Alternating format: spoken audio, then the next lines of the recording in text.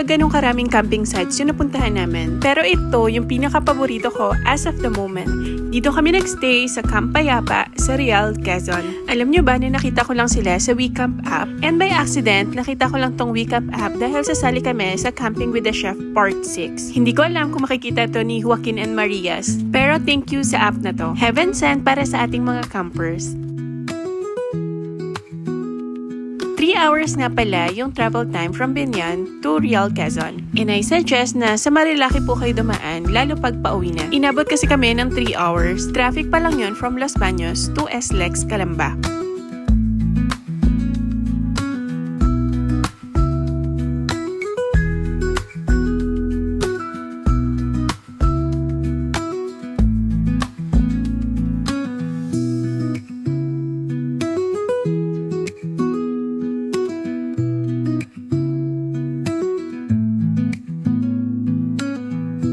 Sobrang biglaan lang tong trip na to. As in like, hanap tayo ng camping site na malapit lang sa Laguna. Yung budget meal lang. So, pag-search ko sa WeCamp app ng Laguna, may nakita ko 300 per head, tas 5 stars. Ayun, binook na namin siya agad.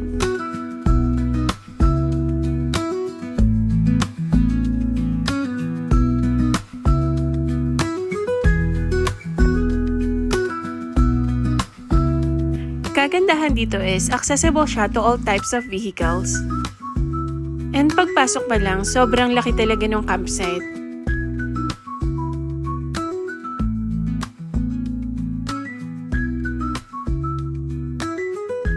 Meron daw silang 3 camp area. And dito sa Camp 2, yung mas malilim. Downside nga lang is meron siyang tawid ilog. Kaya kailangan bantayan yung tubig kapag sedan yung dala ninyo. Occupied na sa Camp 2, kaya lumipat na kami ng Camp 1.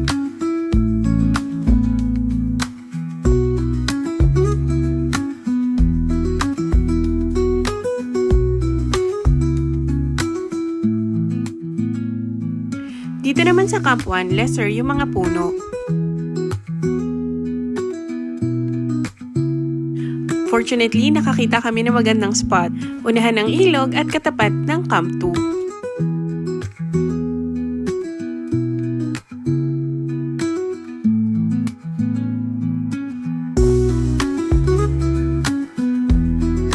Sobrang excited na nga nung anak ko dyan na maligo sa ilog.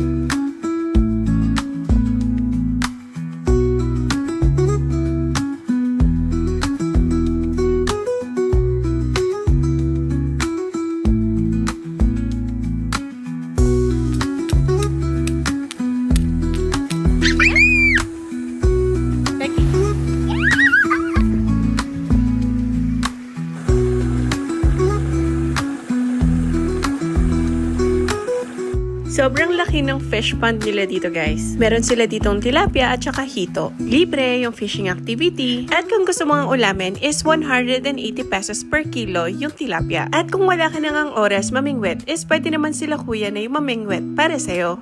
Kay kuya ko na nga rin pala pinasuyo yung pagpapalinis ng isda. So while waiting, nakita ko nga pala itong mga stickers ng ating co-campers.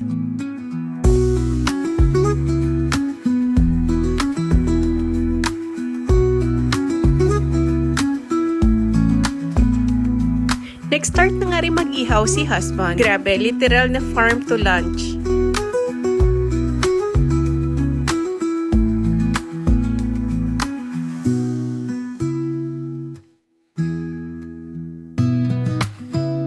Nagigib at saka nagsaing na din ako.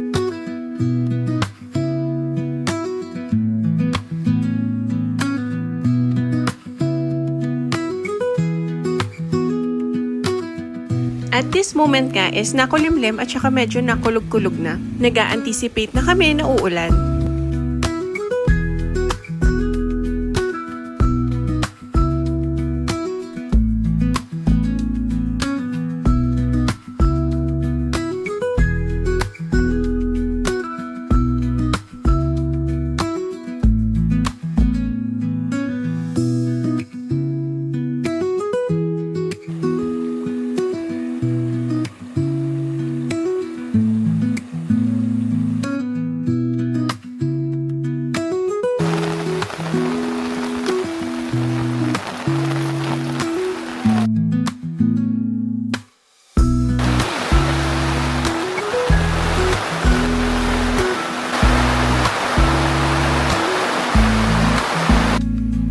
mabilis lang din lumipas yung ulan.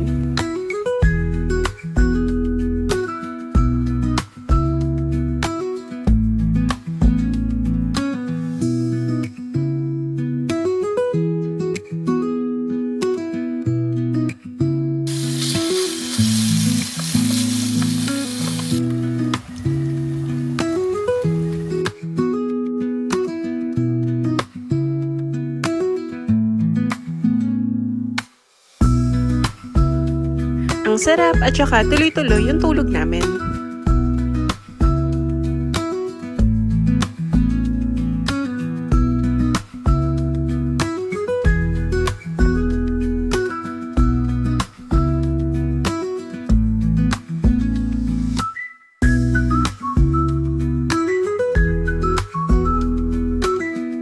The next morning, medyo late na akong nakapagluto ng almusal.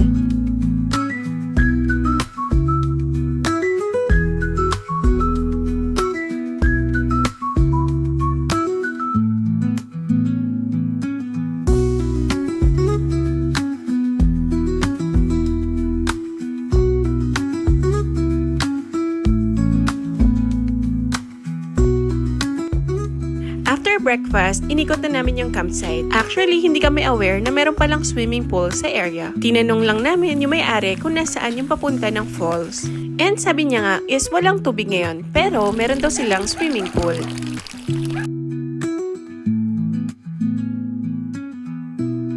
Ang linis ng tubig, fresh water from the mountains.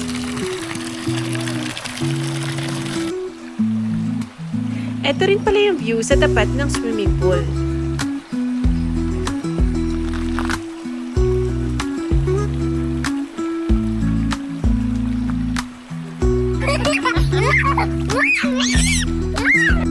At kahit sabi nga is tuyo yung falls, pinuntahan pa rin naman namin. Malapit lang siya, 5-minute walk lang.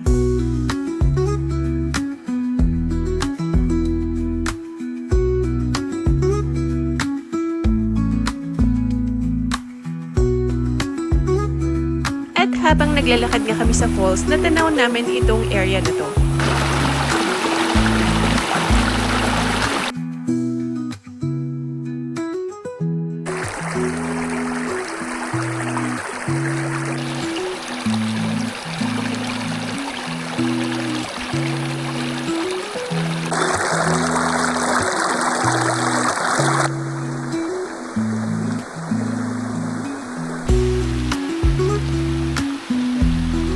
Overnight lang yung stay namin, pero sobrang nakakabitin. Kung hindi nabiglaan yung trip namin, magstay ako ng mga ilang days dito. Itong campsite na to, highly recommended.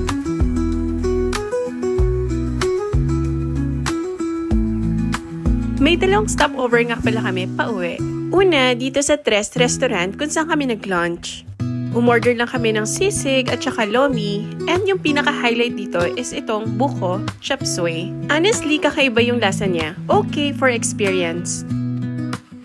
Ang aming last stop is dito sa Highlanders Cafe sa Lumban, Laguna. Nakita lang namin to while driving. Hindi mo siya pwedeng hindi mapansin kasi very catchy talaga siya. And actually, nag-U-turn pa kami para dito. And I just found out na kaka-open lang nila nung March.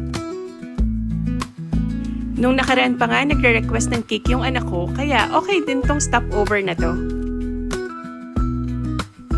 So, yun lang po ang aming vlog for today. Thank you so much po for watching. Malaking tulong po kung makakapag-subscribe po kayo sa aming channel. Thank you po at bye-bye!